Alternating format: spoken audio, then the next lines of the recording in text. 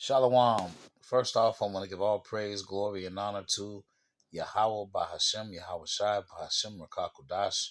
Double honors to the apostles and the elders of Great Millstone. Salutations to the hopeful elect that are scattered throughout the four corners of the earth.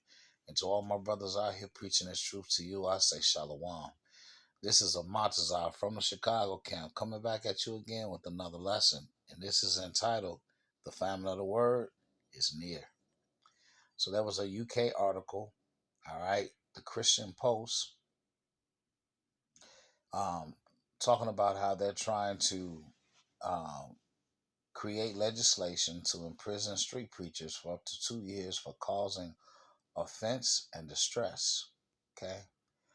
Now it's kind of funny because Christians been preaching on the street for a long time, but they haven't sought to get them up off the streets. The reason why is because their message ain't shit.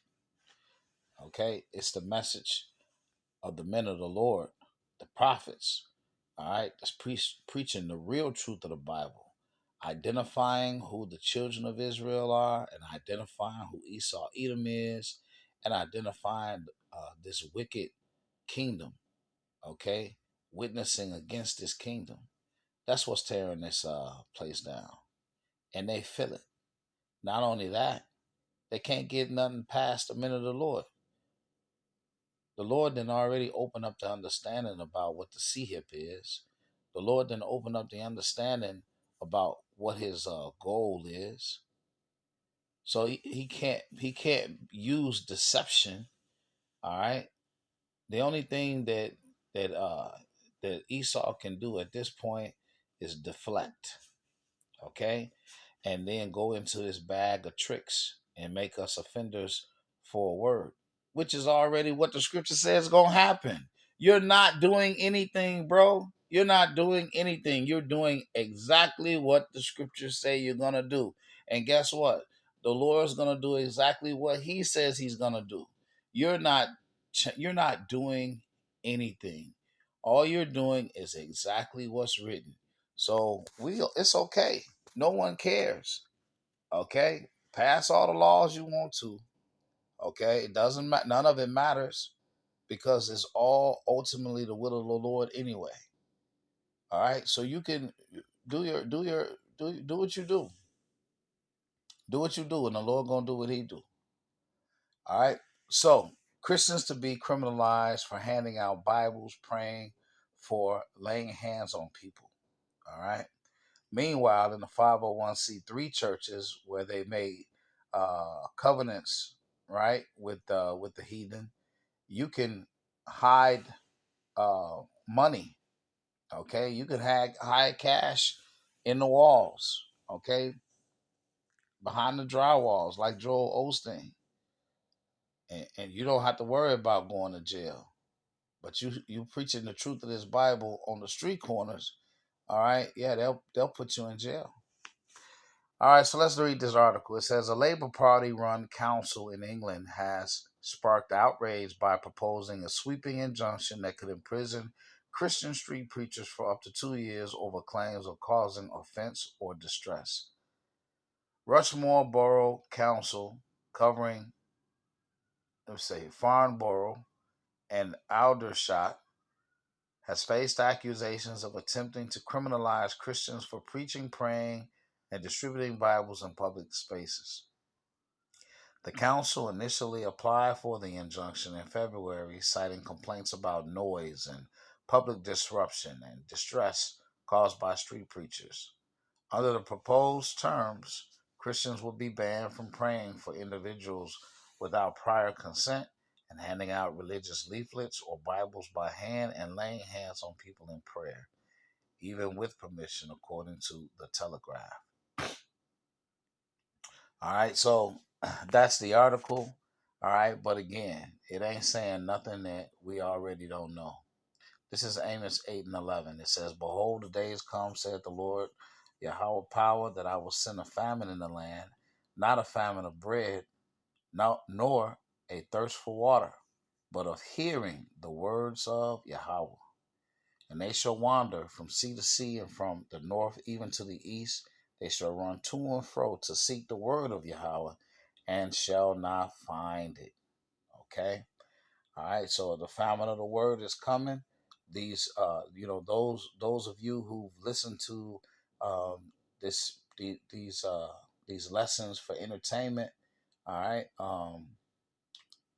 unfortunately, that's gonna be gone. So if these words wasn't used, or these lessons weren't used, all right, to help seal you, all right, then all of it was in vain. If you listen to it for entertainment purposes and you really didn't get the real message out of it, it was all for nothing. All right. This is Isaiah 29 and 21. It says, "They make a man an offender for a word, and lay a snare for him that reproveth in the gate, and turn aside the just for a thing of naught." All right. So Esau is going to make us an offender for a word. It's okay. It's all right. We already know it was coming. Why? Because the prophecies don't miss. Habakkuk 2 and 1. It says, "I will stand upon my watch and set me upon the tower, and will watch to see what he will say unto me, and what I shall answer when I am reproved. And Yahweh answered me and said, Write the vision and make it plain upon tables, that he may run that readeth it. For the vision is yet for an appointed time, but at the end it shall speak and not lie. Though it tarry, wait for it, because it will surely come, and it will not tarry. Behold, his soul which is lifted up is not upright in him, but the just shall live by his faith." All right, so while Esau is making us an offender for a word, and trying to stop the preaching of this truth from coming out, he can't stop the prophecies. Okay, he can't stop the prophecies, because the prophecies are going to speak. Okay, the prophecies are going to speak even when we're not on the street corners speaking anymore. The prophecies are still going to speak. Okay, um, Egypt is still, the storehouses are still going to be found empty. The grinding is going to cease. It ain't going to be no work in Egypt. This perverse spirit is all throughout the land. Okay, there's going to be sedition among men. There's going to be invading one another for the lack of bread. Okay, it's still going to be a time that the world has never seen. This is 2 Corinthians 13 and 8. "For we can do nothing against the truth, but for the truth." Hey, you can do whatever you want to. It ain't going to stop the Lord's word, because he's already purposed it. This is Matthew 18 and 7. It says, "Woe unto the world because of offenses, for it must needs be that offenses come. But woe to that man by whom the offense come." Okay? You offending, you're offending the men of the Lord. All right, with your unrighteous decrees. All right, but it's okay. Psalms 116 and 12, it says, "What shall I render unto Yahweh for all his benefits towards me? I will take the cup of salvation and call upon the name of Yahweh. I will pay my vows unto Yahweh now in the presence of all his people. Precious in the sight of Yahweh is the death of his saints." All right, so if it comes to that, okay, that's what we set for.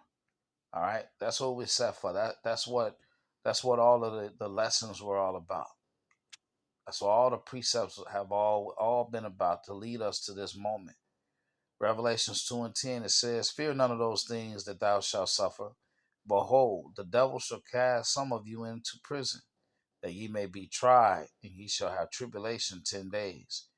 Be thou faithful unto death, and I will give thee a crown of life." All right, so if it come to that, all right, we're gonna be changed. Romans 14 and 8. "For whether we live unto the Lord, and whether we die unto the Lord. Whether we live therefore or die, we are the Lord's.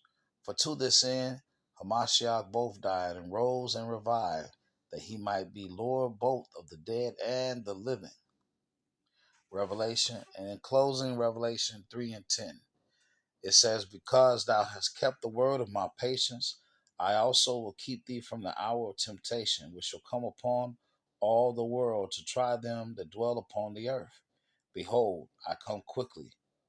Hold that fast which thou hast, that no man take thy crown. Okay? So, hey, listen. Hey, Paul said, what Paul said? It says, woe, woe, woe unto me if I preach not the gospel. Okay? Hey, listen, we had a job to do. Okay? And that's what we did. Okay, we did the job. We're gonna keep doing it until we can't do it no more. All right? And ain't no plan B.